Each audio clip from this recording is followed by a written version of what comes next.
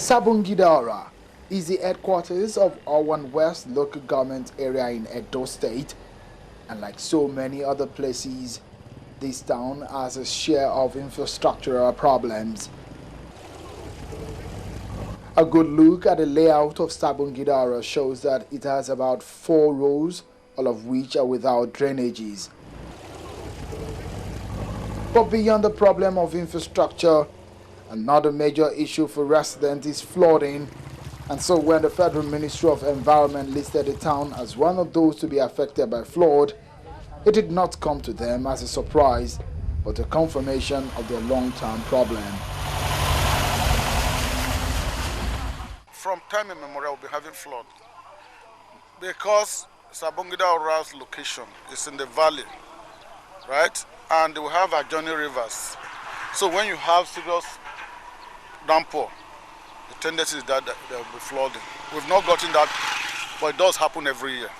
Taking the story from where Mr. Peter Ebokhai left off, are the residents of Sabongida-Ora like Mr. Dele Mokwede and Endurance Adelamo say the absence of proper drainage system in the town gives them cause for concern whenever it rains.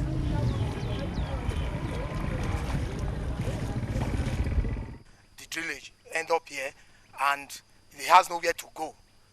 Everything, all the whole waters from upside, or even the one from Uzeba, Yulia houses, flow down to Sabongida-Ora here, and at the end of it, everything ends up here. Even when the rain falls, after the whole thing, even this house, always covered with flood, and of which we want to use this opportunity to beg the government to come and rescue us. We dey stay inside sometimes we know the come outside, we know the cook sometimes, we know the eat sometimes because of the kitchen erosion they cover them. For the caretaker chairman of Owan-west Local Government Council, the forecast of the Federal Ministry of Environment that Sabongida-Ora is likely to be affected by flooding is one that took them by surprise. He, however, says the council is moving to mitigate the impact. We are calling mobilizing our environmental department to see how we can clear the blocked drains and, if possible, construct new ones that can channel most of these drains into where we know will be convenient for the drains to go into, you understand?